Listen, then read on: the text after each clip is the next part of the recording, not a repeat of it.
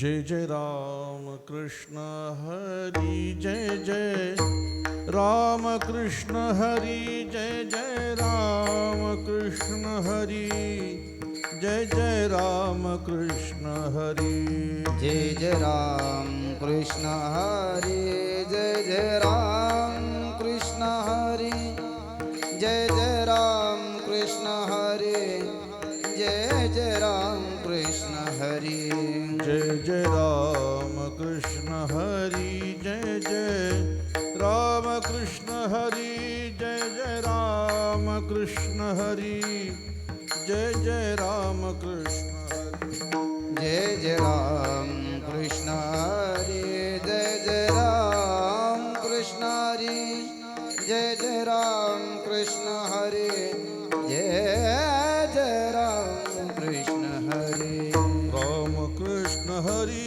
जय जय राम कृष्ण हरि जय जय राम कृष्ण हरि जय जय राम कृष्ण हरि जय जय राम कृष्ण हरे जय जय राम कृष्ण हरे जय जय राम कृष्ण हरे जय जय राम कृष्ण हरे जय जय राम कृष्ण हरि जय जय राम कृष्ण हरि जय जय राम कृष्ण हरे जय जय राम कृष्ण जय हरे जय राम कृष्ण हरि जय जय राम कृष्ण हरि जय जय राम कृष्ण हरे जय जय राम कृष्ण हरे जय जय राम कृष्ण हरि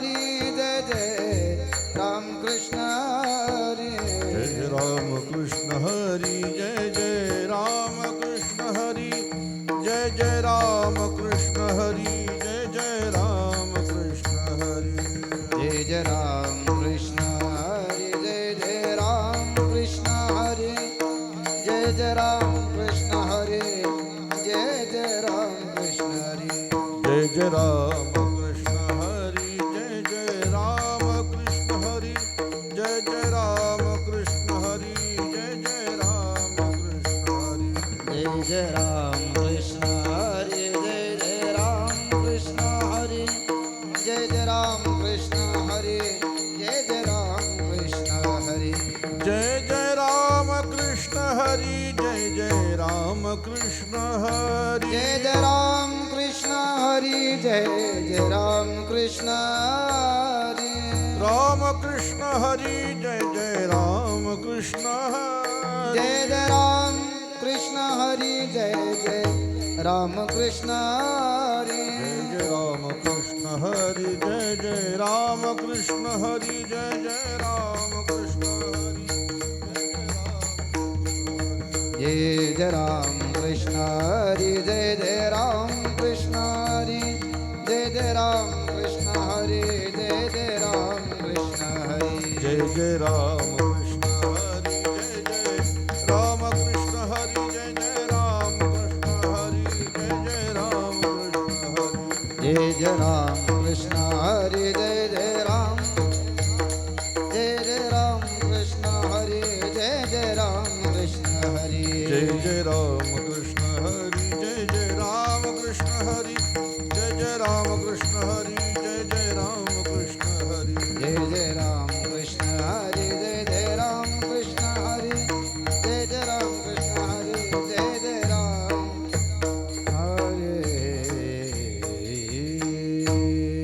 पुंडली कवरदा हरि विठ्ठल विठ्ठल श्री ज्ञानदेव तुकाराम श्री पंढरीनाथ भगवान की ज्ञानेश्वर महाराज की जगद्गुरु संत तुकाराम तुकाराम सद्गुरु महाराज वामन बाबा महाराज सद्गुरु सावळाराम बाबा महाराज महाराज की जय.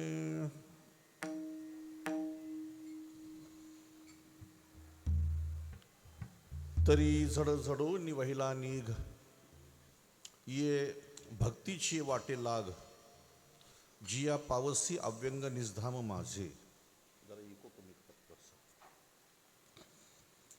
तरी झडझडो निवहिला निघ ये भक्तीची वाटे लाग जेणे पावसी अव्यंग निजधाम माझे. सच्चिदानंद रूपाय विश्वोत्पत्त्यादी हेतवे तापत्रय विनाशाय श्रीकृष्णाय वयं नमः. ज्ञानेश्वर भगवान विष्णू निवृत्तीर भगवान हर सोपान भगवान ब्रह्मा मुक्ताख्यात ब्रह्मचित्कला. नमो सद्गुरु तुकया ज्ञानदीपा. नमो सद्गुरु सच्चिदानंद रूपा. नमो सद्गुरु भक्त कल्याण मूर्ती. नमो सद्गुरु भास्करा पूर्णकीर्ती. गुरुर ब्रह्मा गुरुर विष्णू गुरुर्देव महेश्वर. गुरुर साक्षात परब्रह्म तस्मै श्री गुरवे नमः. प्रभू तुम्ही महेशाची या मूर्ती मी दुबळा अर्चित असे भक्ती. म्हणून बोल जरी गंगावती तरी स्वीकारालशी. तरी झडझडोनी वहिला निघ ये भक्तीची वाटे लाग. जिया पावसी अव्यंग निज धाम माझे. माऊली महाविष्णू श्रीमंत श्री ज्ञानेश्वर महाराज जगद्गुरु संत तुकोबाराय आणि आजच्या या प्रवचनासाठी उपस्थित असलेल्या सर्व भगवत तुल्य श्रोते मायबापांच्या चरणी मी साष्टांग दंडवत करतो आणि माझ्या वाट्याला सुपूर्द केलेल्या या सेवेला आरंभ करतो. आजच्या या प्राप्त प्रसंगी प्रवचनरूपी सेवेकरिता निवडलेली जी ओवी आहे ही श्रीमद भगवद्गीतेवरील टीका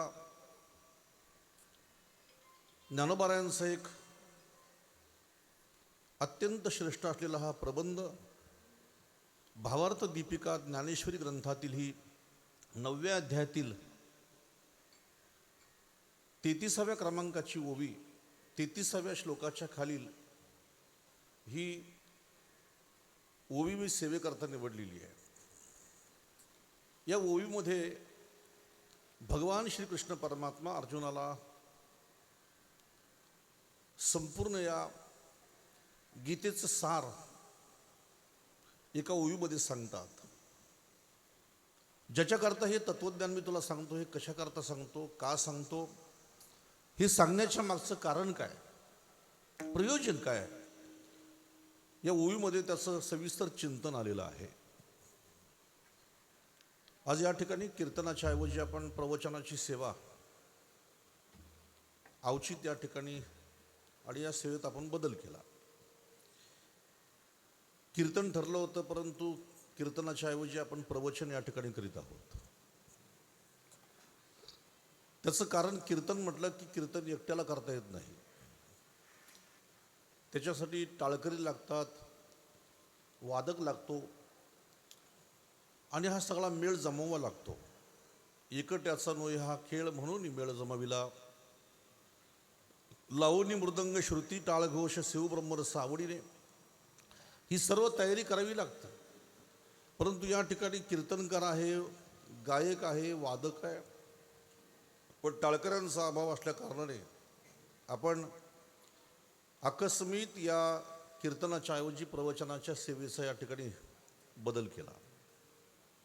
पण तरी देखील कीर्तन आणि प्रवचन याच्यामध्ये काही एवढा फरक असतो असं काही नाही.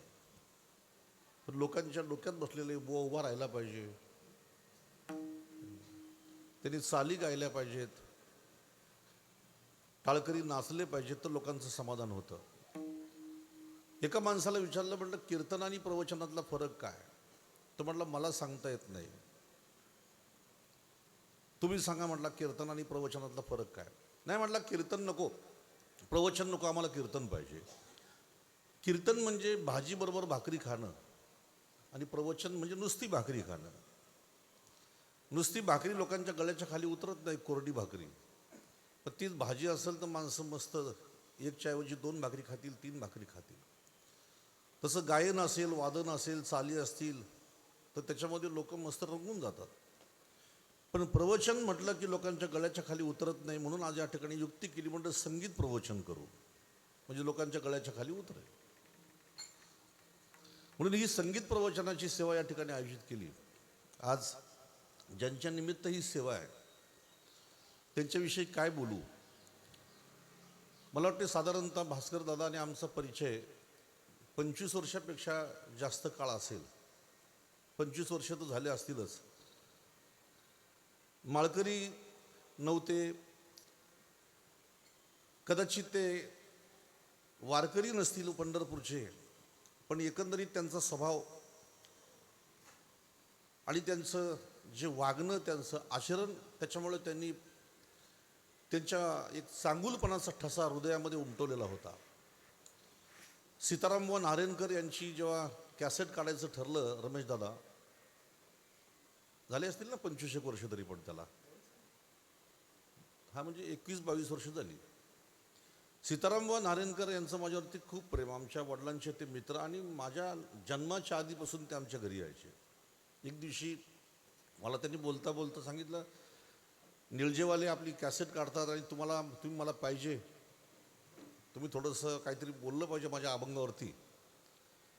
आणि सीताराम बुवांची 2002 साली कॅसेट निघाली आणि त्या कॅसेटच्या वेळेला भास्कर दादांनी जी धावपळ केली माझ्या आजही लक्षात आहे. भास्कर दादांची जी धावपळ होती, त्यांची जी पळापळ बघितली आणि त्यांना जी म्हणजे सीताराम बुवांची कॅसेट निघाल्यानंतर जो त्यांना आनंद झाला होता, जेव्हा स्टुडिओमध्ये आम्ही लोक बसलो तेव्हा लोकांना कॅसेटचं नवल वाटायचं. तेव्हा आम्ही स्टुडिओमध्ये बसलो. आता तिथं असं असतं की ज्याचा आवाज चांगला असतो त्याला आतमध्ये बसवतात. त्याला म्हणजे आपली कॅसेट चांगली निघावी, बरं का खंडागळेला, आपली कॅसेट चांगली निघावी म्हणून त्यांचा प्रयत्न असतो की बाबा जे बेस्वर माणसं आहेत, ज्यांचा स्वर लागत नाही, अशा माणसांना आपण बाहेर बसव, आणि जी स्वराची 2-4 माणसं आहेत त्यांना मागं बुवाच्या मागं बोलायला बसव कोरस म्हणून. पण ज्यांना बाहेर काढले ना ते रुसून बसले. ते बोलले असं कसं चालेल, बोलले आम्ही बुवांची मंडळी आहे, असं नाही चालायचं. रागावले ते सर्व. मग सगळ्यांची समजूत मी काढली आणि त्यांना सांगितलं असं नसतं, हे तुम्ही काय लोकांना दिसणार नाही, तुमची सगळ्यांची नावं त्याच्यामध्ये येतील का, बसलेत त्यांची नावं येतील आणि जी नाही बसली त्यांची नावं येणार नाही, असं नाही. आणि त्या सीताराम बुवांच्या कॅसेटपासून खरं भास्करदादांचा आमचा एवढा जवळचा म्हणजे प्रेमाचा संबंध जुळला की कुठेही कार्यक्रमामध्ये भेटले का आवर्जून मिठी मारणार, प्रेमाने बोलणार. गावातल्या सगळ्या कार्यक्रमामध्ये ज्यांचा नुसता सहभाग नाही तर सक्रिय सहभाग असायचा. सक्रिय सहभाग गावातल्या सगळ्या कार्यक्रमामध्ये असायचा. मग तो सप्ताह असो, कोणाचं सामुदायिक कार्यक्रम असो, कोणाचा व्यक्तिगत कार्यक्रम असो, याच्यामध्ये त्यांचा एक सक्रिय सहभाग असायचा. पण मधल्या काळामध्ये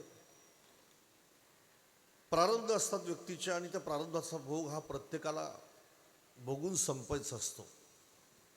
येताना आपण सगळेजण इथं प्रारब्ध भोगण्यासाठीच आलेलो आहे. कुणी आपल्याला प्रश्न विचारला तुम्ही इथं जन्माला का आलात, त्याचं उत्तर एकच आहे, आपण आपले प्रारब्ध भोगण्यासाठी इथं आलोय. आगा कर्मीचे उरावे ते सुख दुःखी फळावे आणि तया ते भोगा यावे देहा एका. का इथं आलो, कशा करता आलो, आपल्या कर्माचा शेष होता मागचा, तो कर्माचा शेष भोगण्यासाठी इथं आपण आलेलो आहे. कर्माचा शेष भोगून संपला की मग मात्र आपल्या सगळ्यांना इथून जावं लागतं. म्हणून एखादी व्यक्ती गेली की लोक म्हणतात की ती व्यक्ती खूप लवकर गेली, पण त्याचे प्रारब्ध भोगून संपले आणि म्हणून ती व्यक्ती आता या लोकातून निघून गेली. मानवी जीवनाला कर्माचं फाउंडेशन आहे. घराला जसा पाया असतो तसा आपल्या जन्माला सुद्धा पाया आहे. कसला पाया आहे? कर्माचं फाउंडेशन आहे. कर्माच्या फाउंडेशनवरती ही इमारत उभी आहे. ध्यान देऊन ऐका. आयुष्य नावाची, जीवन नावाची जी इमारत आहे ही कर्माच्या फाउंडेशनवरती उभी आहे. आपण जन्माला आलो ते सुद्धा कर्मानुसार आलो. जीवनामध्ये सुख दुःख भोगतो ते सुद्धा कर्मानीच भोगतो आणि मृत्यू सुद्धा माणसाला कर्मानीच येतो.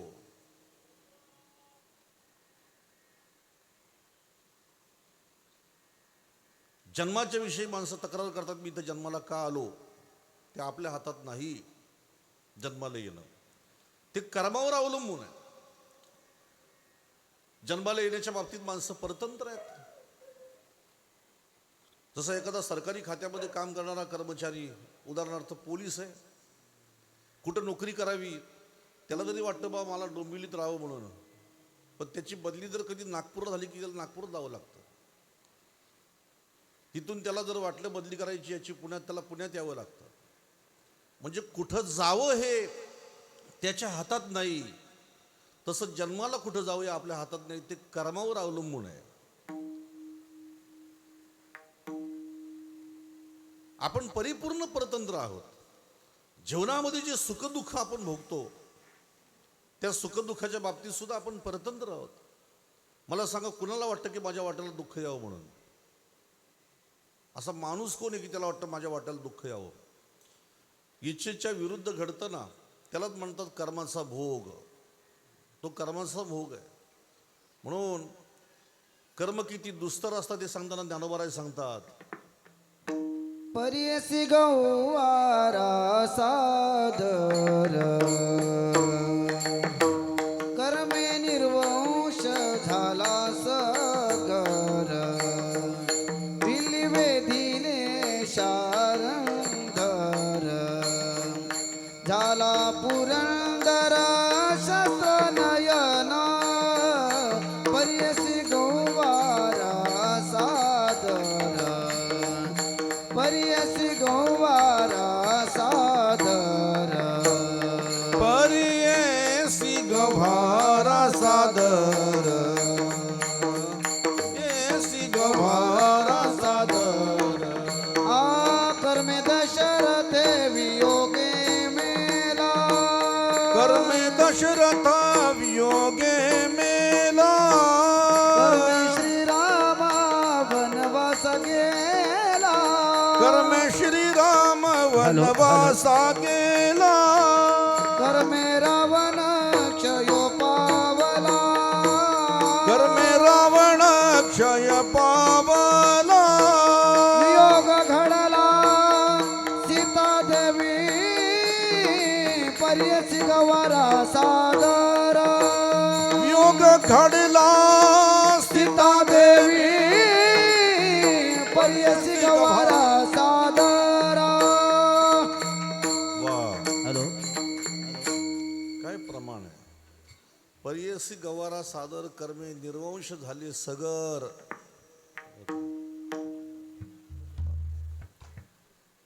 हा सगळा अभंग बघून घेण्यासारखा आहे. मनाच्या विरुद्ध जे घडतं त्यालाच म्हणायचं असतो कर्माचा भोग.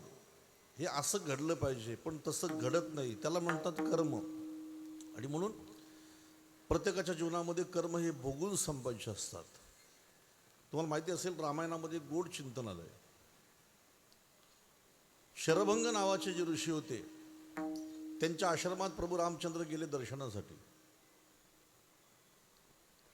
लक्ष्मणजी आणि प्रभू रामचंद्र त्यांच्या आश्रमात गेले. गेल्यानंतर त्या आश्रमामध्ये आश्रम बघत असताना त्यांना एक कोपऱ्यामध्ये असं दिसलं की एका घोंगडीखाली काहीतरी झाकून ठेवलं म्हणून. आणि ती घोंगडीच्या खाली काही वस्तू होती. ती घोंगडी अशी थरथर अशी वरती उडत होती आणि त्याच्या खाली दुर्गंधी येत होती, अशी म्हणजे घाण येत होती. आवाज कमी ठेवत आता, मी सांगेन तुम्हाला बरं का.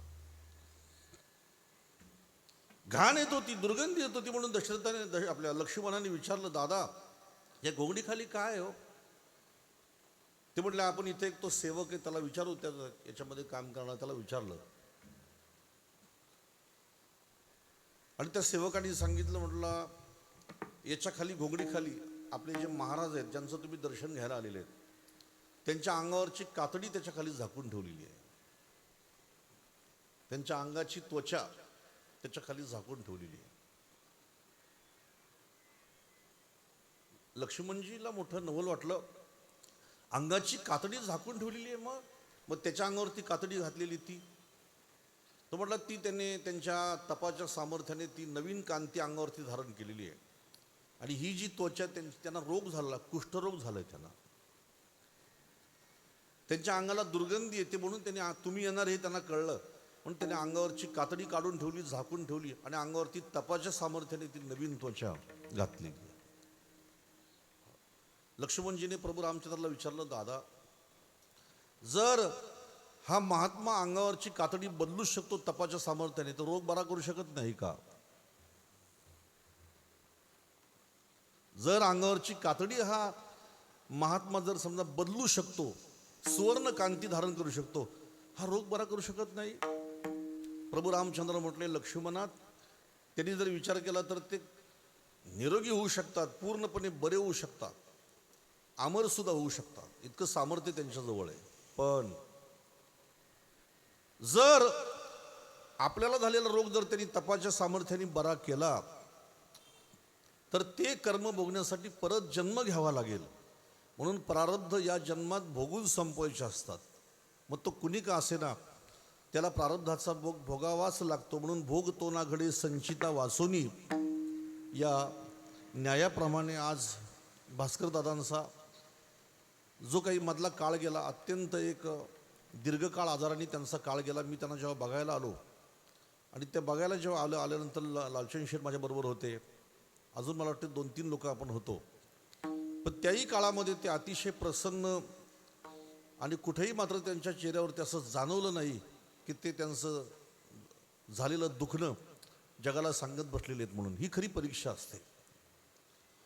म्हणून आज त्यांच्या जाण्याने संपूर्ण कुटुंबाला, गावाला, सगळ्यांना दुःख झालेलं आहे. 13व्याचा विधी आहे आणि 13व्याचा विधी हा आपली जी वैदिक परंपरा आहे, आपला जो वैदिक संप्रदायाचा जो ओघ आहे, ज्याला ज्ञानोबाराय म्हणतात शास्त्र म्हणेल ते सांडावे वरी राज्यही तृण मानावे. शास्त्राने घालून दिलेल्या मर्यादा पाळणं हे आपलं कर्तव्य. या नियमाप्रमाणे आज हा उत्तर कार्याचा विधी या ठिकाणी संपन्न होतो. आता सध्याच्या परिस्थितीमध्ये लोक प्रश्न बऱ्या प्रकारे असे प्रश्न विचारायला लागले. लोक दावा कशासाठी करायचा, 13वा कशासाठी करायचा, का करायचा, असे प्रश्न विचारायला लागले लोक. मला एकाने विचारलं की माणूस गेल्यानंतर हा विधी करतात, हा केला पाहिजे का? केला पाहिजे विधी. हा आमचं शास्त्र सांगतं आम्हाला हा विधी केला पाहिजे म्हणून. आमचे संत आम्हाला सांगतात हा विधी केला पाहिजे म्हणून.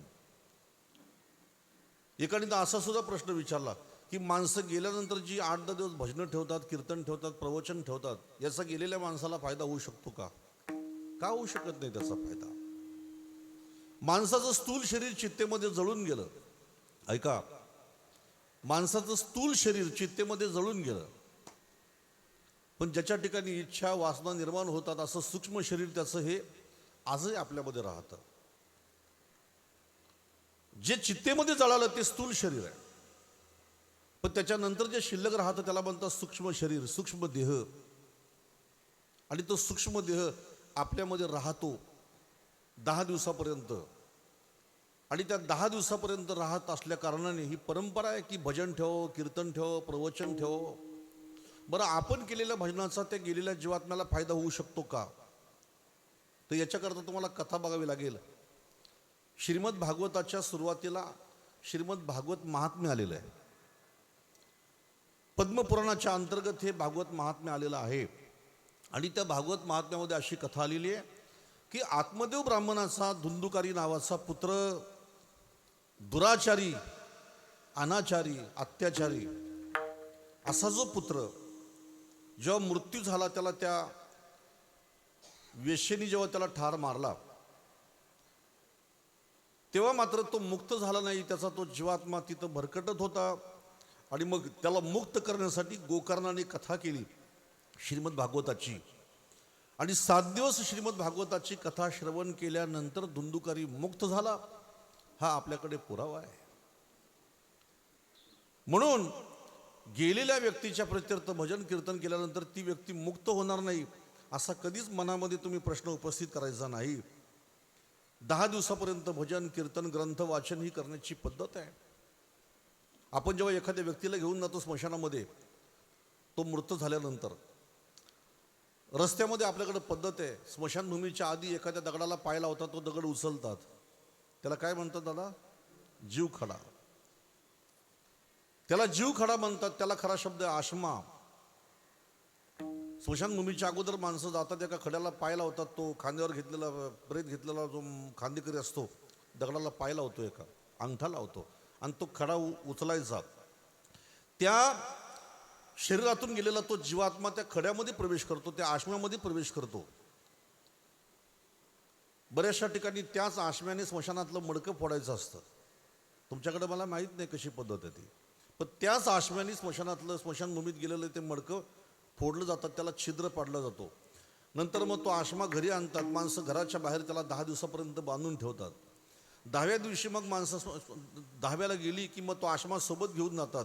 आणि मग पिंड पाडले की त्या आश्म्यातला तो जीवात्मा त्या पिंडामध्ये जाऊन बसतो. त्या ठिकाणी, त्या पिंडावर जाऊन त्या ठिकाणी वास्तव्य करतो. आता ऐका, मग समजा पिंडाला कावळा शिवेपर्यंत माणसं स्मशानभूमीत थांबतात, की कावळा शिवला की माणसं म्हणतात. बरं का, आता याचा पुढचा प्रवास सुरू झाला. बरोबर आहे, कावळा जेव्हा शिवायला येतो पण कावळा त्या पिंडाला शिवत नाही, मग माणसं म्हणतात की बाबा आता याच्या काहीतरी इच्छा अपूर्ण असतील, मग त्या इच्छा याच्या पूर्ण करा एखादा. बरं का, एखाद्याला भजी आवडत असतील, माणसं म्हणतात भजी ठेवा. एखादा तंबाखू खाणार असेल, माणसं म्हणतात तंबाखू ठेवा. एखादा घेणारा असेल तर माणसं म्हणतात ते ठेवा. पण आपला समज, गैरसमज असा आहे की त्या कावळ्यामध्ये माझा बाप आहे. कावळ्यामध्ये तुमचा बाप नाही. त्या पिंडावरती बसलेला जो आहे, तो पिंडावरती बसलेला तो जीवात्मा त्या कावळ्याला स्पर्श करू देत नाही. आणि मग जेव्हा तो 10व्याचा कार्यक्रम झाला का, मग त्या जीवात्म्याचा पुढचा प्रवास सुरू होतो. मग तरी देखील मात्र काही इच्छा शिल्लक राहिल्या असतील तर 13व्याच्या दिवशी त्याच्या नातेवाईकांनी आपतेष्टांनी घरच्या घरी उत्तर करायचा विधी करावा, अशी पद्धत आहे. आपल्याकडे उलट आहे, 10व्याला माणसं कमी आणि उत्तर करायला माणसं जास्त असतात. ठीक आहे, हा सगळा विधी शास्त्राच्या नियमाप्रमाणे. अर्जुन देवाला म्हणतो, जर माझं पिंडदान नाही झालं आमच्या वाडवडिलांचं तर आमचे पितर नरकात जाऊ शकतात. पतंती पितरो हेशा लुप्त पिंडोदक क्रिया. जर आमच्या कुळामध्ये पिंडदान झालं नाही तर आमचे पितर नरकात जातील. म्हणून पिंडदानादी क्रियेला हे अतिशय महत्त्व आहे, लक्षात ठेवा. आणि जो जन्माला आला त्या प्रत्येकाचा शेवट होतो. शेवट होणं याच्यामध्ये कुठल्याही प्रकारचा संदेह नाही. उपजला प्राणी नराहे संसारी. उपजला प्राणी नराहे संसारी. उपजला प्राणी नरागे संसारे. उपजला प्राणी नरागे संसारे. बैसला शेजारी काळू जा. बैसला शेजारी आजी बैसला शेजारी काळ उषा.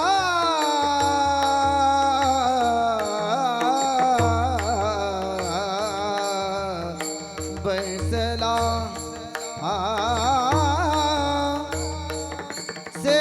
शेजारी काळ उषा.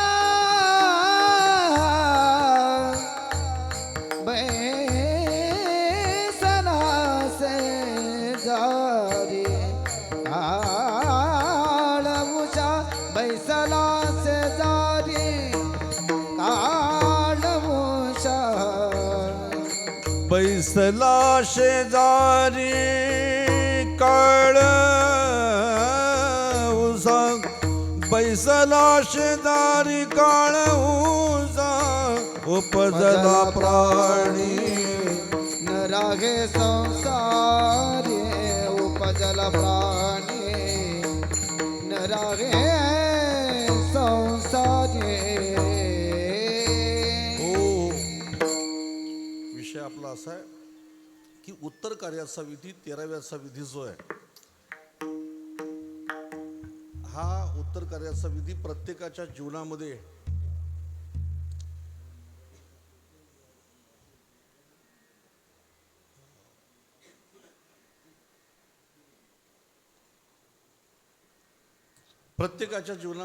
एक घडणारी अपरिहार्य ही घटना आहे. मोबाईल जरा बंद ठेवा, किंवा आलेला मोबाईल तुमचा तुम्हाला कळला पाहिजे, त्याला सायलेंट ठेवा हो. बरं का, लई डिस्टर्ब करतो मोबाईल. ही अपरिहार्य घटना आहे. त्या प्रमाणात सांगितलं तुकाराम महाराजांनी. उपजणे म्हणजे जन्म होणे. जन्माला आलेला प्राणी. आता प्राणी शब्दाचा अर्थ ज्याच्यामध्ये प्राण आहे तो कुणी का असे ना त्याला प्राणी म्हणतात. त्याला ज्याच्यामध्ये प्राण भरलेला आहे असा कुणी पण असला तरी तो या संसारामध्ये राहत नाही, त्याला जावं लागतं. त्याला नर आहे संसारी.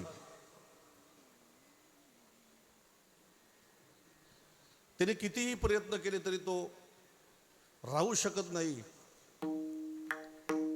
दादा इको वाढूच नका, तुम्ही काहीच करू नका, हातच लावू नका त्याला बिलकुल.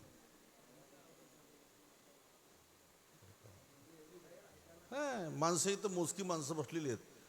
फक्त गाताना दिला चालेल, बोलताना जशी लेवल आहे ती लेवल घालू नका तुम्ही बिलकुल. आणि तुम्हीच सांगता मी रेकॉर्डिंग करतोय म्हणून. म्हणजे लोकांच्या कानावरती जेव्हा ते जाईल तेव्हा लोक आम्हाला थोडे बोलणार आहेत, ज्यांनी रेकॉर्डिंग केलं त्याला बोलतील लोक, आहे का नाही? असं आहे.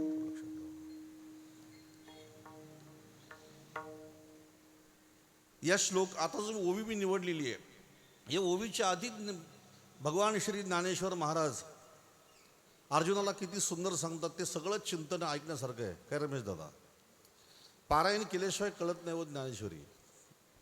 बरीच माणसं कीर्तनातून प्रवचनातून ज्ञानेश्वरीचं महत्त्व सांगतात, पण अनुभव नसून ज्ञानेश्वरी सांगणं हे कितपत योग्य आहे, हा ज्याचा त्यांनी विचार करावा. पारायण केल्यानंतर कळतं का ज्ञानेश्वरीमध्ये काय. आता मी जी सेवेकरता ओवी निवडलेली आहे, हे सगळं सांगण्याच्या अगोदर भगवान काय सांगतात बघा अर्जुनाला. अर्जुना, ज्या मृत्यू लोकात तुझा जन्म झालेला आहे, या मृत्यू लोकामध्ये कोणाच्याच मुखातून तुला ऐकायला मिळणार नाही का मी सुखी आहे म्हणून. इथं कुणाच्याच मुखातून ऐकायला मिळणार नाही का मी सुखी आहे म्हणून. मृत्यूलोकी सुखाची कहाणी ऐकी जेल कवणाचे श्रवणी, आणि कैसी सुखनिद्रा अंथरुणी इंगळाच्या. मृत्यूलोकामध्ये कुणीच मला सुखी दिसणार नाही. प्रत्येक माणूस आहे ना या मृत्यूलोकातला तुम्हाला दुःखांनी पोळलेला दिसेल. आज तुमच्याकडे काही नाही म्हणून माणसं दुःखी नाही, आज सगळं आहे. आज आपल्याकडे काही नाही म्हणून माणसं दुःखी आहेत असं नाही, पण माझ्यापेक्षा समोरच्या माणसाकडे जास्त आहे या विचाराने माणसं दुःखी येतो. आजच्या प्रवचनातून फक्त एवढं एक वाक्य घेऊन जा ना. कीर्तन नाही कीर्तनकाराला म्हणून कीर्तनकार दुःखी नाही आहेत कीर्तन, पण माझ्यापेक्षा समोरच्या बुवाला जास्त तारखा आहेत या विचाराने बुवा दुःखी आहे. सगळं आज तुमच्याकडं, पण सगळं असून सुद्धा माझ्यापेक्षा त्याच्याजवळ जास्त आहे. मी काल या पोरानं एक वाक्य सांगितलं, लोकांचं कोणाचं कोणाशी काही वैर होऊ शकत नाही, फक्त विचार बदलला पाहिजे. हा त्याचा द्वेष करतो, तो त्याचा द्वेष करतो, हा त्याला चांगला बोलत नाही, का असं चालतं? माणसं द्वेष का करतात असा कोणी प्रश्न विचारला, त्याचं एका शब्दात उत्तर देतो. दुसरा माणूस त्याच्या मनाविरुद्ध वागतो म्हणून तो द्वेष करतो असं नाही. समोरचा माणूस त्याच्या मनासारखा वागत नाही म्हणून माणूस त्याचा द्वेष करतो. समोरचा माणूस आपल्या मनासारखा वागत नाही, आपल्या अपेक्षा जशा आहेत तसा समोरचा माणूस नाही वागला का माणसं द्वेष करायला लागतात. मृत्यू लोकामध्ये सुखाची कहाणी कोणाच्याच मुखातून ऐकायला मिळत नाही. इथं प्रत्येक जण दुःखांनी पोळलेला आहे. मी जरी प्रवचन सांगायला बसलो असेल तरी माझं सुद्धा काहीतरी एक विशिष्ट प्रकारचं शल्य आहे, दुःख आहे.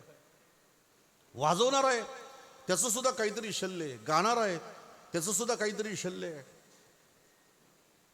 तुम्ही बसला समोर, तुमचं काहीतरी दुःख आहे. पण सगळ्यात गंमत तुम्हाला सांगतो, समोरच्या माणसांपेक्षा नेहमी आपलं दुःख आपल्याला मोठं वाटतं, ही कमाल आहे. जोपर्यंत जगाचं दुःख आपण बघत नाही ना तोपर्यंत आपलं दुःख आपल्याला मोठं वाटतं, ही कमाल आहे. कोरोनाच्या काळामध्ये एका घरातला एक माणूस वारला, ती माणसं देवाला पूजायची बंद झाली, देवाला पूजायची बंद झाली, देवालाच घराच्या बाहेर काढला. एक माणूस गेला म्हणून तुम्ही देवाला घराच्या बाहेर काढला, मग ज्याची कुटुंब गेली त्या माणसाने काय करावे? जरा त्यांचं पण दुःख बघ ना जरा तू. मृत्यूलोकी सुखाची कहाणी, मी सुखी आहे असं कोणाच्याच मुखाने तुम्हाला ऐकायला मिळणार नाही. प्रत्येक जण इथं दुःखांनी पोळलेला आहे. काय वर्णन केलं या 9व्या अध्यायामध्ये शेवटी बघा ना माऊलींनी. माऊली म्हणतात, अर्जुना तुला काय समज या मृत्यूलोकाचं वैशिष्ट्य? इथला सगळा व्यवहार उलटा आहे, पण माणसं ते व्यवहाराला सोयीचं म्हणतात. जव जव बाळ बळिया वाडे, तव तव भोजनाचं ती कोडे, आयुष्य निमाले आतुलेकडे ते ग्लानीची नाही. ही मी सेवेकरता ओवी निवडलेली ना, तिथपर्यंत पोचण्यासाठी या सगळ्या ओव्यांचा आधार घेऊन मग तिथं पोचावं लागेल. जवजव बाळ बळिया वाडे, मुलगा वाढत चालला, बापाच्या मनामध्ये आनंद मावत नाही की माझा मुलगा वाढत चालला, मोठा होत चालला. पहिला वाढदिवस जेवढं धामधुमाने करतात माणसं मुलाचा, बरं का, त्याच्यापेक्षा मग उत्तरोत्तर मग ते वाढदिवसाचा उत्सव वाढत जातो. ज्ञानेश्वर महाराज म्हणतात वाढदिवसाच्या दिवशी माणसं एवढा उत्साह साजरा करतात, नाचतात, गातात, फटाके फोडतात, माणसं लोकांना पंक्ती देतात, हे सगळं करतात. पण आनंद साजरा करणारा माणूस हा विचार करत का नाही, माझा मुलगा वाढला नाही तर माझ्या मुलाचं आयुष्य घटलं, हा विचार का करीत नाही? जवजव बाळ बळीया वाढे, पोरग वाढत चाललं की बापाचा आनंद गगनात मावत नाही. पण आयुष्य निमाले ग्लानीची नाही, आयुष्य कमी झालं याचा विचार माणसं का करीत नाही? ज्ञानेश्वर महाराजांची ही भाषा आहे ना, ही विचार करायला आवडण्यासारखी भाषा आहे. वाढदिवसाच्या दिवशी माणसं म्हणतात वाढला, माणूस वाढला नाही, माणूस घटला. ज्या दिवसाला खरा म्हणजे घट दिवस म्हणला पाहिजे माणसं, त्याला म्हणतात वाढदिवस. बघा, जन्मलिया दिवसे दिवस ही लागे काळाचे ऐसे, की वाढती करीती उल्हासे उभविती गुडिया. जसं जसं तो वाढतो तसं तसं माणसं आनंद साजरा करतात बरं का. आगा मरहा बोलन सहा तीन, मेले तरी रडती, परी आस्ती जाताना गणिती गैसपणे. पूर्वीच्या काळामध्ये भांडण झालं तर बाया म्हणायच्या पटकन, मेल्या ही शिवी पहिले कॉमन शिवी होती, मेल्या, तू मरशील, मेल्या, असं तसं जुनी. पण ही शिवी जर कोणाच्या मुखातून ऐकली तर माणसाच्या तळपायाच्या मस्तकात जाते. मला ती बाई मेल्या म्हटली, मरशील म्हटली म्हणून. आगा मरहा बोलणं सहाती, तू मरशील असं जरी कोणी बोलला तरी माणसाची तळपायाच्या मस्तकात जाते.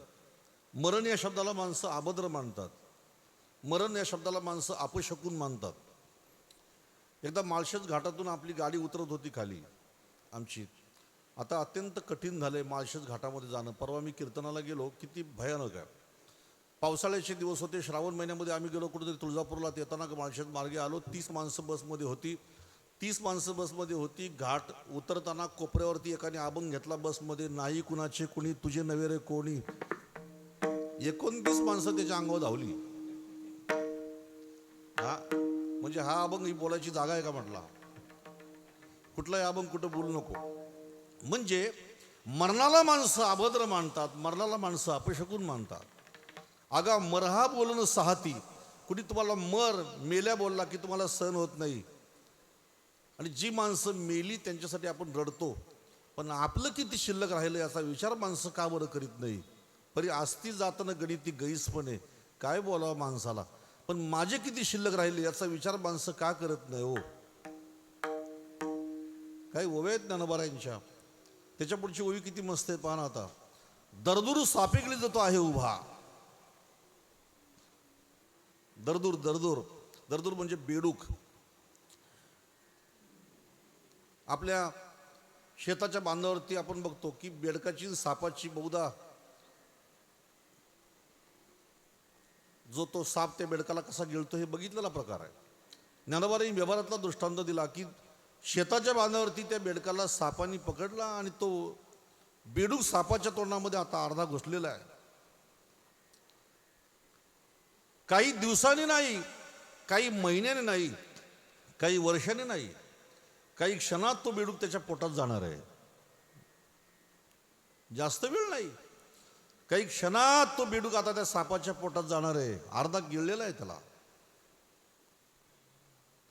मला तुम्ही सांगा, मग आता काही क्षणात जर समजा लालचंद शेठ तो बेडूक जर समजा आता सापाच्या पोटात जाणार आहे, तर त्या बेडकाने आता त्या सापाच्या मुखातून बाहेर येण्यासाठी प्रयत्न केला पाहिजे का पुढे बसलेली गवताव माशी माया पोटात कशी जाईल त्यासाठी प्रयत्न केला पाहिजे?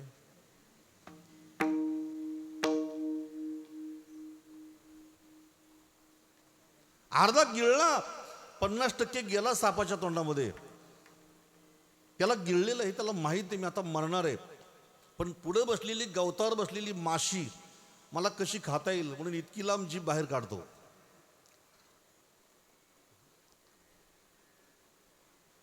तसं आयुष्य आता संपलं हो, पण आयुष्य संपल्यानंतर सुद्धा आपली आशा संपत नाही, वासना संपत नाही. याच्याकरता ज्ञानोबाराय म्हणतात त्या बेडकातनं तुमच्यात काय फरक आहे? तो मरणार आहे आता, पण तरी सुद्धा आपला सुद्धा मृत्यू जवळ येऊन ठेपलेला आहे. याच्यासाठी 13वा अध्याय ना, 13व्या अध्यायामध्ये खूप छान चिंतन आले याच्यासाठी सविस्तर. मला लोक विचारतात श्रावणात कुठला ग्रंथ वाचतो? कुठलाच वाचू नका, ज्ञानेश्वरी वाचा. श्रावणात ज्ञानेश्वरी वाचा. जेवढे बसलेत ना, नसल समजत ज्याच्यामध्ये अर्थ लिहिला अशी सार्थक ज्ञानेश्वरी घरी घेऊन या आणि 13वा अध्याय आवर्जून वाचा. माऊली म्हणतात काय या माणसानं बोलावं, मृत्यू यांच्या जवळ येऊन ठेपलेला आहे, पण अजून त्या मृत्यूने त्यांना उचलून नेलं नाही. म्हणून माणसं इतकी गाफील आहेत का त्यांना असं वाटतं आम्ही अमर झालो का काय झालो. तो तुमच्या जवळ येऊन ठेपलेला आहे, तो तुमच्यापासून लांब नाही. तो कधीही तुम्हाला घेऊन जाऊ शकतो. पण तुम्ही इतके बेसावध का आहेत? ज्ञानोबाराय म्हणतात वैरिया निद आली तरी द्वंद्वे माझी सरली, ऐसे जो मानितो सपिली मुकला की. या ओवीचा अर्थ असा आहे की तुमच्यावरती एका माणसाने आक्रमण केलंय समजा, आणि तो माणूस तुम्हाला मारण्यासाठी आलेला आहे. आक्रमण केलंय त्यांनी आणि तो मारण्यासाठी आलेला आहे. पण रात्र झाली म्हणून तो माणूस झोपला, दुसऱ्या दिवशी आक्रमण करू म्हटला. मग तो माणूस झोपला म्हणजे माझं आणि त्याचं वैर संपलं असं मानायचं असतं का? आपल्या देवगिरीचा जो किल्ला गेला ना हातातून, आपल्या देवगिरीवरती जे राज्य आलं खरं म्हणजे त्या काळामध्ये देवगिरी लुटली गेली, त्याला कारण हेच आहे, लक्षात ठेवा. हल्ला करायला आलेली माणसं परतून गेली, या गाफीलपणामुळे देवगिरी लुटली गेली.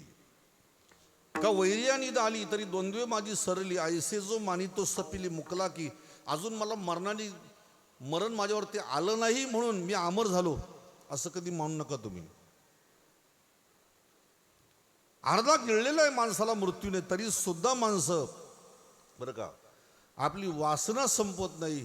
याचं नवल ज्ञानोबारायांना वाटलं, म्हणून ज्ञानोबाराय त्याच्या पुढे म्हणतात हा कटकटा ओखटे हे मृत्यू लोकीचे उफराटे, आणि येत अर्जुना अवसटे जन्मला अशी तू. ही मृत्यू लोकातली सगळी कटकट आहे, सगळं ओखट आहे, व्यर्थ आहे सगळं. आणि या मृत्यू लोकात तुझा जन्म झालेला आहे, जिथला सगळा व्यवहार उलटा आहे. येत अर्जुना अवसटे जन्मला अशी तू. बघा ना, इथला सगळा व्यवहार उलटा आहे. तुम्हाला 2-3 फक्त उदाहरणं सांगतो मी. मृत्यू लोकातल्या गोष्टी कशा उलट्या आहेत त्या. बऱ्याचशा गोष्टी उलट्या आहेत, पण माणसं म्हणतात या सोयीच्या गोष्टी आहेत. आपल्या घरामध्ये एक वस्तू असते अशी दगडाची मोठी, धान्य दळायची. जेव्हा तुम्ही त्याला उचलाल ना तेव्हाच तो हलू शकतो, नाही तर मरेपर्यंत तो तिथंच राहिलेला असतो. म्हणजे आपण मरेपर्यंत तो तिथं जरी ठेवला तो तिथंच राहील. तो काय म्हणतात त्याला?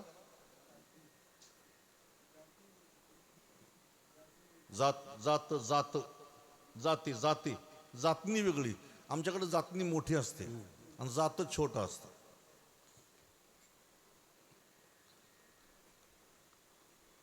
ते कुठं जात नाही, ते एका कोपऱ्यामध्ये पडलेलं आहे, पण माणसं त्याला म्हणतात जात.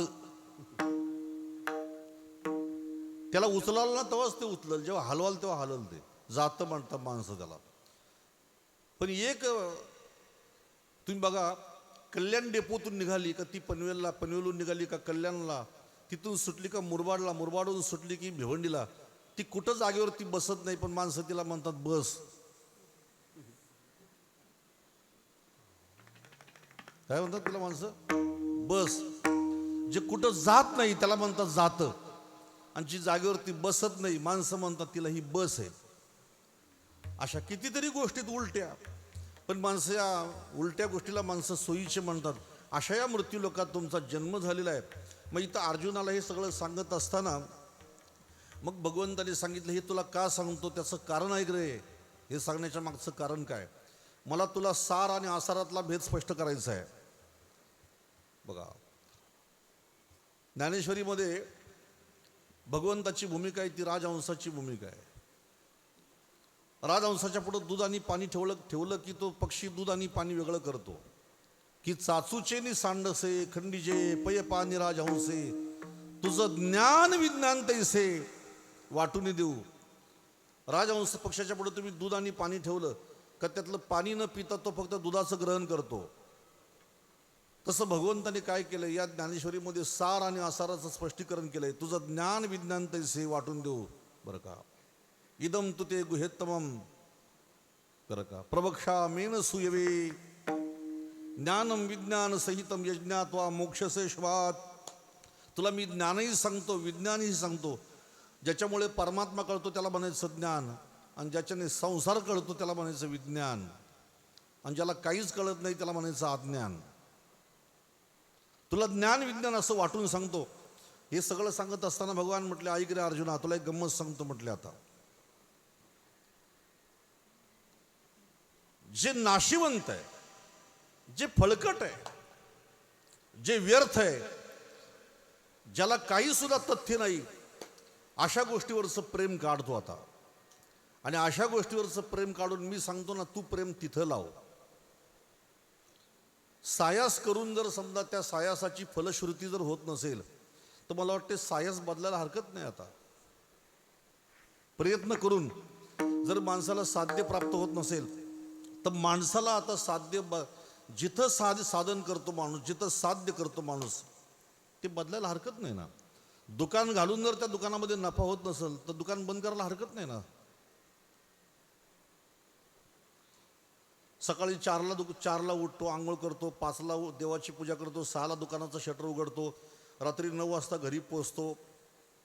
पण जर समजा त्या दुकानामध्ये तुला काही लाभलोभत नसेल, फायदाच होत नसेल तर का दुकान चालवतो. तसं भगवान म्हणतात की सायास करून, परिश्रम करून जर तिथून काही मिळत नसेल तर ते प्रयत्न तू बदल ना. याच्यासाठी तुम्हाला 18व्या अध्यायातल्या 2 ओव्या सांगतो. ओव्या तुम्ही ऐकलेल्या आहेत पण परत एकदा ऐका. रस्ता चालून तुम्ही जर मुक्कामाला पोचत नसाल तर तुम्ही रस्ता बदला ना. आता जिथं मुक्कामाला पोचणार आहेत तो रस्ता तुम्ही निवडा. ज्या रस्त्याने चालून तुम्हाला परिश्रम पुष्कळ आहेत पण तुम्ही मुक्कामाला पोचू शकत नाही, पण सायास पुष्कळ आहेत, बदला ना रस्ता तुम्ही. आता एका भांड्यामध्ये तुम्ही दही घ्या, दुसऱ्या भांड्यामध्ये तुम्ही पाणी घ्या. एका बाईच्या म्हशी होत्या, तिची सून आपली दही दूध विकायला जायची. दुसरी बाई म्हटली तिची सून दही दूध विकायला जाते, मग का जात असेल ते आपण बघू. तिने खिडकीतून तिच्या घरामध्ये बघितलं, ती रोज आपलं दुधाला विरजण लावायची, दह्याला विरजण लावून ते घुसळायची, त्याचं लोणी काढायची आणि ते सगळं ती सून घेऊन जायची. मग आता हिच्या घरामध्ये म्हशीच नाही, गाईच नाही. मग हिने पण विचार केला आपण सुद्धा तसं घुसळायचं क्रिया चालू करू. मग तिने एका भांड्यामध्ये पाणी घेतली रवी, घुसळायला लागली.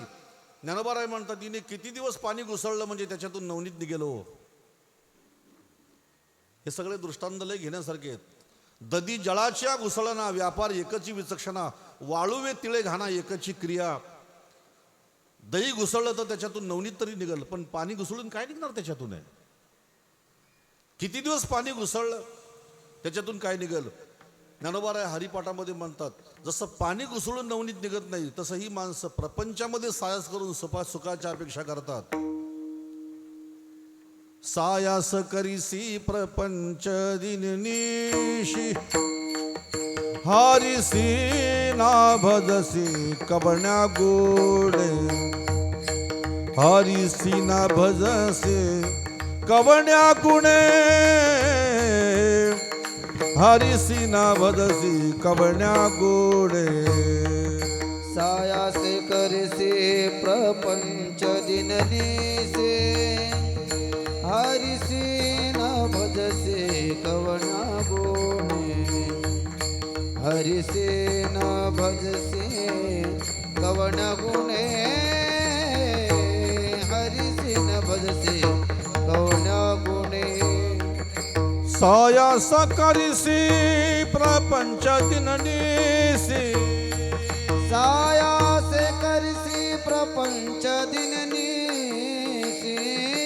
सायास करिसी प्रपंच दिननिसी, सायासे करसी प्रपंच दिननिसी. सायास करिसी प्रपंच दिननिसी, हरिसी ना भजसी कबण्या गोडे. हरिशी ना भजसी कवण्या गुणे, हरिसी ना भजसी कवण्या गुणे. सायासे करसे प्रपंच दिननी से हरिसी न भजसे कवना गोणे हरिसी न भजसे कौन गुणे हरिसी न भजसे कौन गुणे वा कौन गुणे. मी दृष्टांत सांगितलं तुम्हाला. पाणी घुसळलं काय निघणार आहे, पण दही घुसळलं नवनीत निघेल, लोणी निघेल त्याच्यातून. सायास करीशी प्रपंच दिननिसी हरिशी ना बदसी कवण्या गुणे. ज्यांनी प्रपंचामध्ये आधी सायास केली त्यांना विचारा काय फल आहे, काही नाही. जे आता करतात प्रपंच त्यांना विचारा काय फल आहे, काही नाही. आता पुढे करतील नवीन प्रपंच त्यांना विचारा काय फल आहे, त्याचं उत्तर सुद्धा येईल काही फल नाही प्रपंचामध्ये. आमचे बिवा महाराज सांगायचे रच्या पुढं फक्त ड. संसाराचं फल काय विचारलं तर जिथं फक्त रडारड आहे याच्यापेक्षा दुसरं काही नाही. याचं नाव प्रपंच आहे. ज्यांनी आधी प्रपंच केला त्यांना विचारा ना काहीच फल नाही. आता करतात त्यांना विचारा काहीच फल नाही. आणि नवीन लागतात प्रपंचाला तरी का नाही. माऊली म्हणतात पाणी घुसळून काय मिळणार आहे तुम्हाला. चला हा दृष्टांत नसेल पटत आणखी एक दृष्टांत दिला माऊलीने. तेल काढायचा घाणा असतो, तेल काढायचा घाणा. आता एक चांगलं आहे, माणसं जशी जशी म्हणजे डेव्हलप होत चालली माणसं तशा काही गोष्टी जुन्या आता लोकांना कळायला लागल्या. आता घाणे परत आले, पण पहिले फक्त बैलाचे घाणे होते, आता लाईटचे घाणे आलेले. तुमच्या गावात असेल ना इथं कुठेतरी घाण्याचं तेल खात चला. मी प्रवचनातून कीर्तनातून हे मुद्दाम सांगतो. आता कमी वयामध्ये हार्ट अटॅक येतो माणसाला, त्याला कारण आहे चुकीची खाल्लेली तेलं. हे तेल आपण शरीराला तेल अत्यंत आवश्यक आहे. 3 गोष्टी बदलल्या की मग तुम्ही निरोगी व्हाल.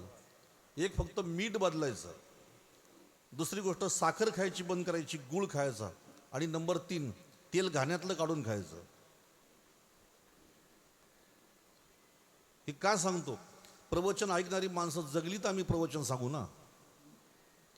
प्रवचन ऐकणारी माणसं जर निरोगी राहिली तर आम्ही प्रवचन सांगू शकतो.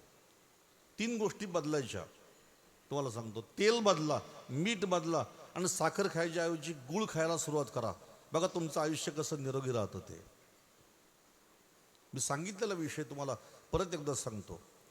शेंगदाणे 120 रुपये किलो, शेंगदाण्याचं तेल 180 रुपये किलो. शेंगदाणे 120 रुपये किलो आणि शेंगदाण्याचं तेल 180 रुपये किलो.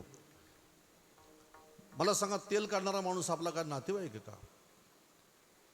आपलं का त्याच्या अंगावरती कर्ज आहे का एवढं स्वस्त द्यायला. 1 किलो शेंगदाण्याचं तेल काढायला 3.5 किलो चांगले मोठे शेंगदाणे तुम्ही जेव्हा घाण्यात टाकाल तेव्हा 1 किलो तेल निघतं. किती मोठे शेंगदाणे 3.5 किलो जेव्हा टाकाल तेव्हा 1 किलो तेल निघालं. आणि लहान आपण जे खातो हे 5 किलो टाकाल तेव्हा त्याच्यातून 1 किलो तेल निघतं. मग सांगा बघू 3.5 किलोचे पैसे झाले किती. मग एवढं जर शेंगदाण्याची किंमत आहे, मग 180 रुपयात आपण खातो ते काय, याचा कधीतरी विचार करा. म्हणून माझी प्रामाणिकपणे विनंती आहे का तेल खाताना विचारपूर्वक तेल खायचा. माऊली म्हणतात एका घाण्यामध्ये तीळ टाकले, दुसऱ्या घाण्यामध्ये माती टाकली. एका घाण्यामध्ये काय टाकले, तीळ, आणि दुसऱ्यामध्ये टाकली माती. आता ज्याच्यामधून तीळ टाकले त्याच्यातून काय निघल, तेल. पण ज्याच्यामध्ये माती टाकली त्याच्यातून काय निघल, मातीच बाहेर पडेल त्याच्यातून. ज्ञानोबाराय म्हणतात वाळुवे तिळे घाणा एकची क्रिया. घाण्यामध्ये तीळ टाका आणि घाणा चालू करा, माती टाका घाणा चालू करा. ज्याच्यामध्ये तीळ आहे त्याच्यातून तेल निघू शकतं, पण ज्याच्यामध्ये माती आहे त्याच्यातून मातीच निघल. कुणीतरी एका मूर्ख माणसाने म्हटलंय प्रयत्न वाळूचे कनरगडिता तेलही गळे. त्याला म्हणा काढून दाखव, वाळूतून कसं तेल निघल. वाळूतून तेल निघू शकत नाही. ज्ञानोबाराय म्हणतात जसं घाण्यामध्ये वाळू टाकणं व्यर्थ, तसं सायास जे करतात त्या सायासाची फलश्रुती नसेल तर त्या सायासाला काही अर्थ नाही. म्हणून तू असं कर ना अर्जुना, मग संसाराच्या प्रांतातले प्रयत्न काढ आणि मी सांगतो तिथं प्रयत्न लाव. मग अर्जुन म्हटला कुठं लावू प्रयत्न. मग भगवान म्हणतात मी सांगतो तुला कुठं प्रयत्न कर. तरी झड झडून वाहिला निग,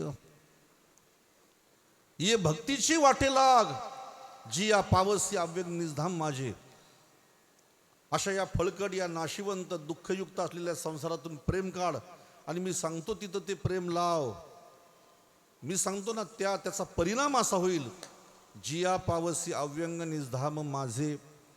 ज्या प्रयत्नाने एक दिवशी तुला मी भेटू शकतो, माझी प्राप्ती तुला होऊ शकते, फक्त एवढंच कर का घाई कर, त्वरा कर, उशीर करू नको.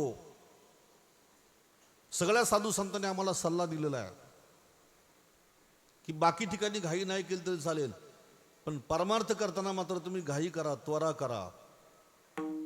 वासुदेव फोडितो टाहो, वासुदेव फोडितो टाहो, वासुदेव फोडितो ठाहो, वासुदेव फोडितो ठाहो. उठे उठे लवला हो, उठे उठे लवला हो. उठे उठे नवलावो, उठे उठे नवलावो. हा दुर्लभ मानव देह, हा दुर्लभ मानव देह. दुर्लभ मानव देह, दुर्लभ मानव देह. म्हणे तुकया बंधू स्वहित लवला हो गा. मने तुकया बंधू स्वहित नवलावो गा. म्हणे तुकया बंधू स्वहित लवला हो गा. मने तुकया बंधू स्वहित नवलावो गा.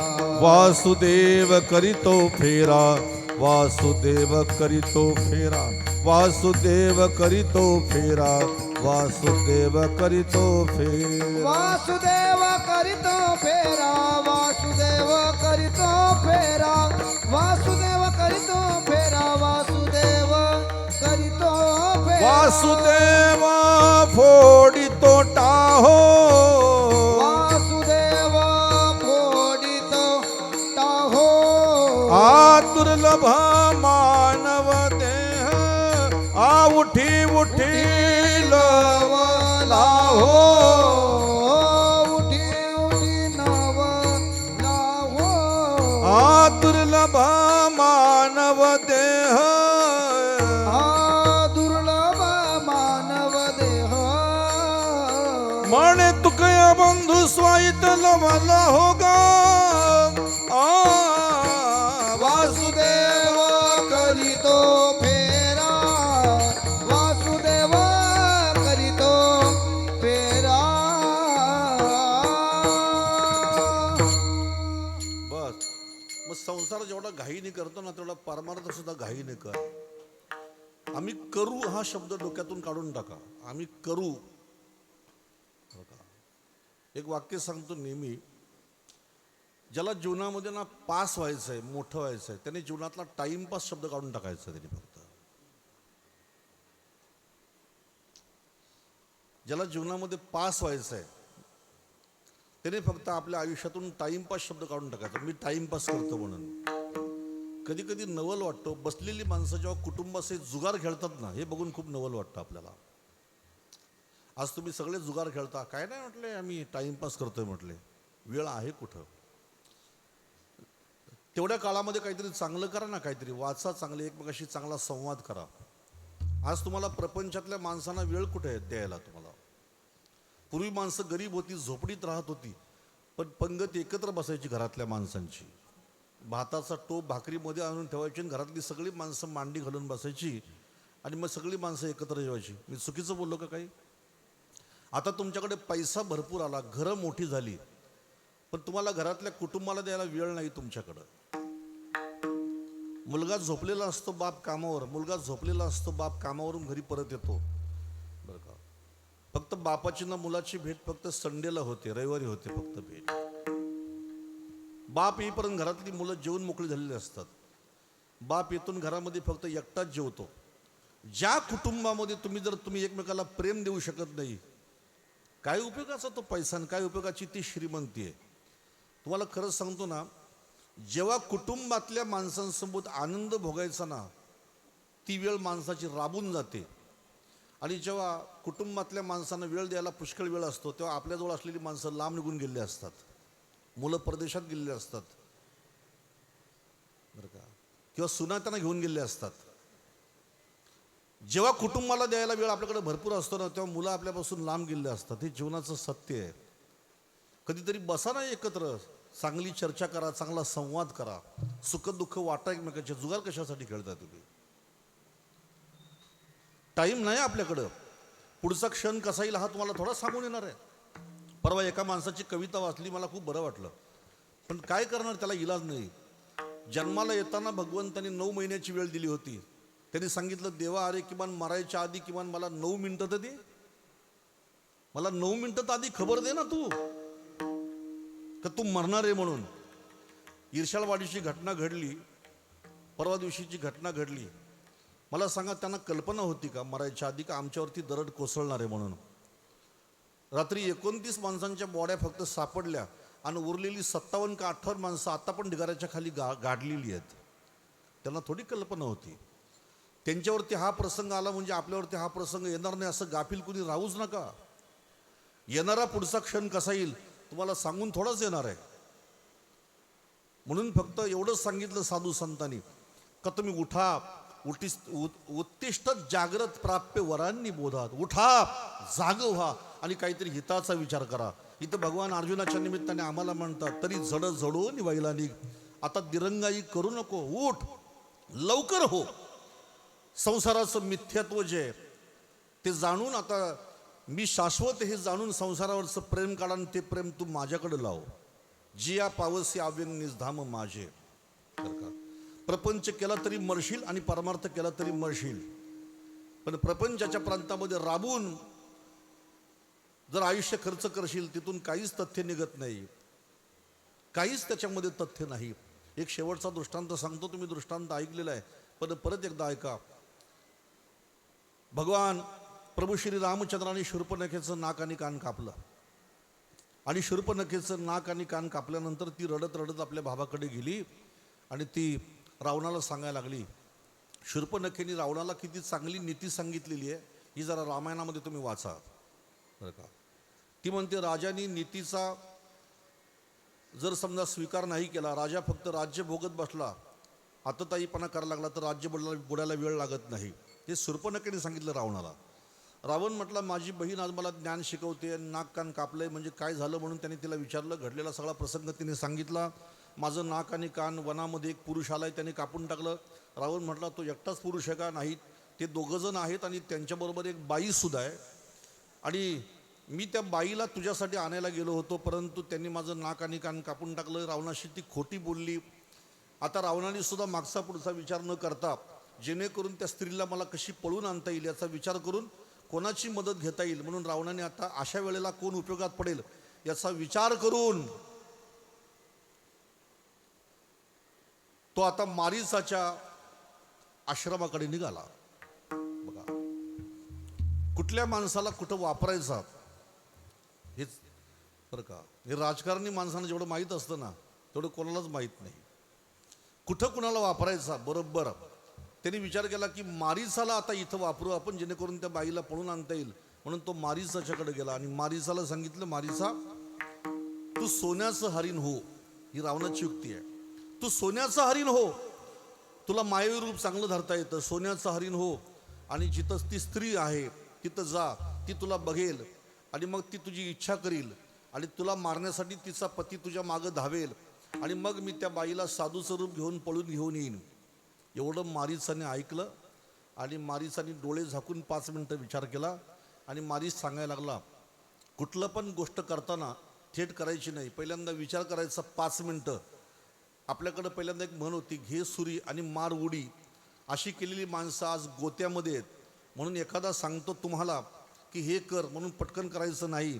डोळे झाकून पहिल्यांदा 5 मिनटं विचार करा. मारीचाने डोळे झाकले, विचार केला आणि मग मारीच त्याला हळूच म्हटला, तुम्ही ज्यांच्याकडे मला जायला सांगता तुम्हाला त्यांचा परिचय आहे का? रावण म्हटला, नाही, पण माझ्या बहिणीचं नाक आणि कान कापलेत म्हणजे ते बलवान दिसतात. त्याने त्रिशराला मारली, त्याच्यानंतर त्याने खरदूषणाला मारले म्हणजे ते काही सामान्य दिसत नाही, ते कोणतरी चांगले बलवानच दिसतात. मारीच म्हटला, ते बलवान नाही बरं का, जगातलं सगळं बळ हे त्यांचंच बळ आहे. चंद्र सूर्य हे सगळे त्याच्या बळानेच तापतात, त्याच्या बळानेच उगवतात, त्याच्या बळानेच अस्त होतो. रावण म्हटला म्हणजे कोण आहेत ते? मग त्यांनी सांगितलं प्रभू रामचंद्र आहेत ते, आणि त्यांचा भाऊ लक्ष्मण साक्षात शेषाचा अवतार आहे. तुम्ही त्यांच्याशी वैर करायचा विचार डोक्यातून काढून टाका. मी जेव्हा विश्वामित्राचा यज्ञ भंग करण्यासाठी गेलो होतो, तुम्हाला माहिती आहे का, त्यावेळेला अग्निबाणाने माझ्या भावाला त्यांनी जाळून मारला, आणि मला पण त्यांनी बाण मारला होता, पण त्या बाणाला टोक नव्हतं म्हणून मी जगलो. म्हटला बिनु फर बाण राम तेही मारा, शतजो जन जा सागर पारा. माझ्या भावाला अग्निबाणाने जाळून मारला, पण मला त्यांनी बिना टोकाचा बाण मारला, आणि बिना टोकाचा बाण मारल्यामुळं आता मला असं वाटतं का त्याच्याशी वैर घेऊ नये. देव कधी कधी बिना टोकाचे बाण मारतो. त्याच्याकडे 2 बाण आहेत, काही लोकांच्या टोकाचे मारतो, काही लोकांच्या बिना टोकाचे मारतो. बरं का, गाडी वेगाने चालवता चालवता अपघात झाला आणि वाचला, समजायचा बिना टोकाचा बाण होता.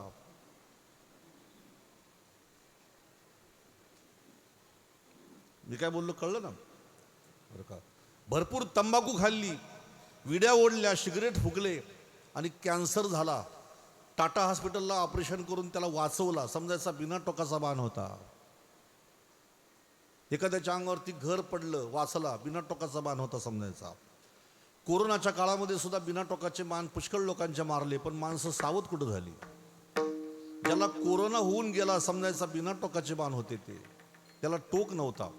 देव संधी देतो, याला मी बिना टोकाचा बाण पहिला मारून बघतो, जर नाही सुधारला तर मग शेवटी मी टोकाचा बाण काढीन. आणि म्हणून मारीच म्हटला बिनु फर बाण राम तेही मारा.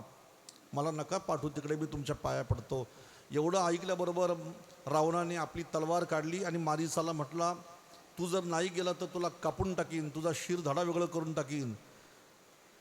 आणि मग शेवटी मारीसाने विचार केला, गेलो तरी मरणार आणि नाही गेलो तरी याच्या हातून मरणार. जर नाही गेलो तर याच्या हातून मरेन, पण गेलो तर प्रभू रामचंद्राच्या हातून मरेन. मग याच्या दुष्टाच्या हातून मरण्यापेक्षा जर रामाच्या हातून मेलो तर मरता मरता प्रभू रामचंद्राचं स्मरण तरी घडेल. अंतकाले च मामेव स्मरण मुक्तवा कलेवरम, किंवा यम यम वापी स्मरण भावम त्यजन्ते ते कलेवरम. मरणी जया जे आठवे तो तेची गतीशी पावे, म्हणून सदा स्मरावे मातेची तुवा. मग या गतीला तरी प्राप्त होईल. मग रावणाच्या हातून मरण्यापेक्षा रामाच्या हातून मरायचा निर्णय घेतला. तसं भगवान श्री ज्ञानेश्वर महाराज भगवंताच्या मुखामध्ये शब्द घालतात, प्रपंचामध्ये काही तथ्य नाही, तिथं मेलास तर काही उपयोग नाही, पण जर परमार्थ करता करता जर गेला, भक्ती करता करता जर गेला तर जिया पावसी अव्यंग निजधाम माझे. आणि एकदा जर समजा त्या भक्तीमध्ये यशस्वी झाला तर मग तुका म्हणे एका मरण्याची सारे, तुका म्हणे एका मरण्याची सारे. तुका म्हणे का मरण्याची सारे, तुका म्हणे का मरण्याची सारे. वाजवा. तुका म्हणे का मरण्याची सारे, तुका म्हणे का मरण्याची सारे. तुका म्हणे का मरण्याची सारे, तुका म्हणे का मरण्याची सारे. उत्तमची उरे कीर्ती मागे, उत्तमची उरे कीर्ती मागे. बोला.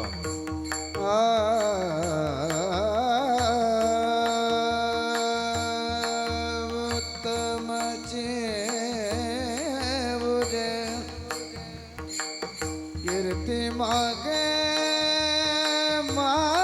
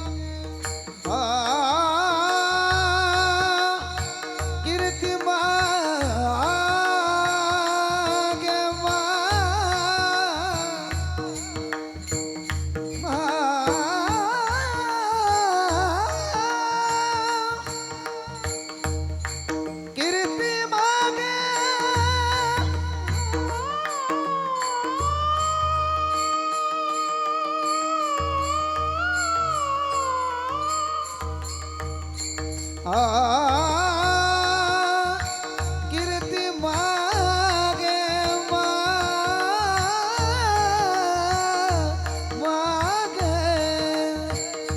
उत्तमाची उरे कीर्ती मागे उत्तमाची बुरे कीर्ती मागे उत्तमाची बुरे कीर्ती मागे ये रती माईका दुःखाची जनती ये रती माईके दुःखाची जनती जनती तुका म्हणे एका मरणेची सरे उत्तमची उरे कीर्ती मागे. भगवान म्हणतात जर भक्ती करता करता जर तू यशस्वी झाला तर शेवटी माझ्या धामाला तू पावशील. जेने पावसी अव्यंग निजधाम माझे यद्गत्वा न निवर्तन्ते तद्धाम परम मम. ज्या धामाला गेल्यानंतर परत येताच येत नाही अशा अविनाशी पदाला तू प्राप्त होशील. अशा प्रकारे भगवान या ओवीतून सांगतात. या ठिकाणी आजची प्रवचनाची सेवा भगवान श्री पांडुरंग परमात्मा आणि संत श्रेष्ठ श्री ज्ञानोबा यांच्या चरणी समर्पित करतो.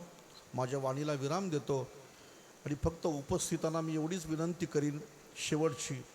आज यांच्या उत्तर कार्याच्या प्रित्यर्थ आपण जमलेलो आहोत. भास्कर दादांच्या त्यांच्या कुटुंबाचं सांत्वन करण्यासाठी आपण जमलेलो आहोत. उद्या हाच प्रसंग आपल्याही जीवनामध्ये येईल यात तीळ मात्र शंका नाही. मी ही गोष्ट करणार नाही ती गोष्ट करणार नाही असं तुम्ही म्हणू शकता. मी नाही नोकरी करणार, मी नाही बिझनेस करणार, मी नाही घर बांधणार, मी नाही गाडी घेणार, मी नाही लग्न करणार असं तुम्ही म्हणू शकता. पण मी मरणारच नाही असं म्हणू शकता का तुम्ही? आणि असं म्हटलं तरी त्याचा काही उपयोग होणार आहे का? त्याचा कधीच काही उपयोग होऊ शकत नाही. आगा न मरणे निर्विवाद जगा पडी आहे. परत सांगतो एकदा, एखादा लवकर गेला की माणसं म्हणतात बघा तो लवकर गेला, तो पापी होता, हा अमक्या दिवसात गेला तो पापी होता. तसं नाही. मला तुम्ही सांगा, जर पापी माणसं जर लवकर मरतात असं तुमचं जर गणित तुम्ही ठेवलं आहे, लहान लहान बाळंसुद्धा मरतात पाळण्यातल्या पाळण्यामध्ये. परवा त्या डोंबिवलीला एका बाईचा मुलगा पडला पाण्यामध्ये, पडला की नाही? बरं ते सोडा, तुम्हाला सांगतो की आईच्या पोटामध्ये जो बाळ आहे बिचारा, त्याचा काही दोष आहे का? बाळणपणामध्ये मुलं मरतात, पोटातल्या पोटामध्ये मुलं मरतात, त्यांचा काही दोष नाही. म्हणून मृत्यू कधी येईल, कुठल्या क्षणाला येईल आणि कुठल्या दिवशी येईल हे आपल्याला माहीत नाही, पण तो येईल मात्र एवढं खरं आहे. हो, जो ज्याला म्हणतात ज्याचं बारसं झालं त्याचं 13वं होणार, ही गोष्ट अटळ आहे. अहन्यहन भूतानी गच्छन्ति यमालयम शेषम स्थावर मिष्यन्ति किम आश्चर्य मतापरम. एवढी माणसं मरतात, मेलेल्या माणसांना जिवंत माणसं पेटवतात, पण पेटलेल्या माणसाला पाहून, मेलेल्या माणसाला पाहून जिवंत माणसं सावध होत नाही, हे सर्वात मोठं आश्चर्य. फक्त आपण सर्वांनी सावध व्हायचं आणि एकमेकाच्या बद्दल आपल्या अंतकरणातला द्वेष, मत्सर, भेद पूर्णपणे काढून टाकायचा. एखादा आपल्याशी नाही बोलत ना, नसू द्या, बोलू द्या, आपण त्याच्याशी बोलायचं. तो आपल्याला नमस्कार करत नाही ना, ते त्याच्यावरती झालेले संस्कार आहेत, पण आपण त्याला नमस्कार करायचा. जीवन अतिशय छोटं आहे आणि अतिशय छोटं, एकदम कमी आहे. जसं घर सजवतो तसं आपलं जीवन प्रत्येकाने सजवलं पाहिजे. माझा याच्यावरती जास्त जोर असतो. घराला तुम्ही कलर चांगला लावला, घराला तुम्ही एक ज्याला आपण म्हणतो की इंटिरियर चांगला केला, पण घरामध्ये राहणाऱ्या माणसांचं जीवन सुंदर नसेल तर ते चांगलं घरसुद्धा माणसाला समाधान देऊ शकत नाही. एक वाक्य सांगतो, घर बदललं तरी सुख नाही, गाडी बदलली तरी सुख नाही, फक्त आता विचार बदला, जीवनामध्ये सुख मिळेल. विचाराची डेव्हलपमेंट झाली पाहिजे, विचारांचा विकास झाला पाहिजे. आज भास्कर दादांच्या प्रित्यर्थ ही प्रवचनाची सेवा होती. त्यांचा मुलगा, त्यांच्या मुली, त्यांचे जावई अत्यंत आमच्या जवळचे आहेत. गोविंद शेठ म्हणजे आमचा अतिशय जवळचा माणूस. त्र्यंबकेश्वरची आम्ही पायी दिंडी जेव्हा काढली तेव्हा त्र्यंबकेश्वरच्या दिंडीमध्ये सगळ्यात पहिल्यांदा खांबासारखा आमच्याबरोबर उभा राहिला गोविंददादा आमचा. आणि 2-4 वर्ष स्वयंपाकाचं काम केलं बिचाऱ्यांनी स्वतः. आणि आजही तुम्हाला सांगतो की कसारा घाटामध्ये गेल्यानंतर ही भास्करदादांची मुलगी आणि त्यांचे जावई म्हणजे सगळ्या वारकऱ्यांची त्या ठिकाणी व्यवस्था करतात. त्या घाटामध्ये गेल्यानंतर म्हणजे सकाळच्या जेवणाची, नाश्त्याची. म्हणजे ही परंपरा त्यांची आजी देवकुमावशी होती, गोविंददादा, आणि ह्या कुटुंबाने सांभाळून ठेवलेली आहे. अशा कुटुंबाशी भास्करदादांचे नातेसंबंध आहेत आणि एक अत्यंत चांगल्या विचाराचा माणूस. पण आता त्यांच्या अकस्मात जाण्याने निश्चितच या गावामध्ये, या कुटुंबामध्ये एक उणीव निर्माण झालेली आहे. अशी न भरून निघणारी उणीव, त्याला शेवटी इलाज नाही, म्हणून आपल्या सगळ्यांच्या वतीने त्यांना भावपूर्ण श्रद्धांजली वाहतो. आणि आपल्या सर्वांना एवढीच विनंती करतो, आपण मरणार आहे, आपलासुद्धा 13 होणार आहे.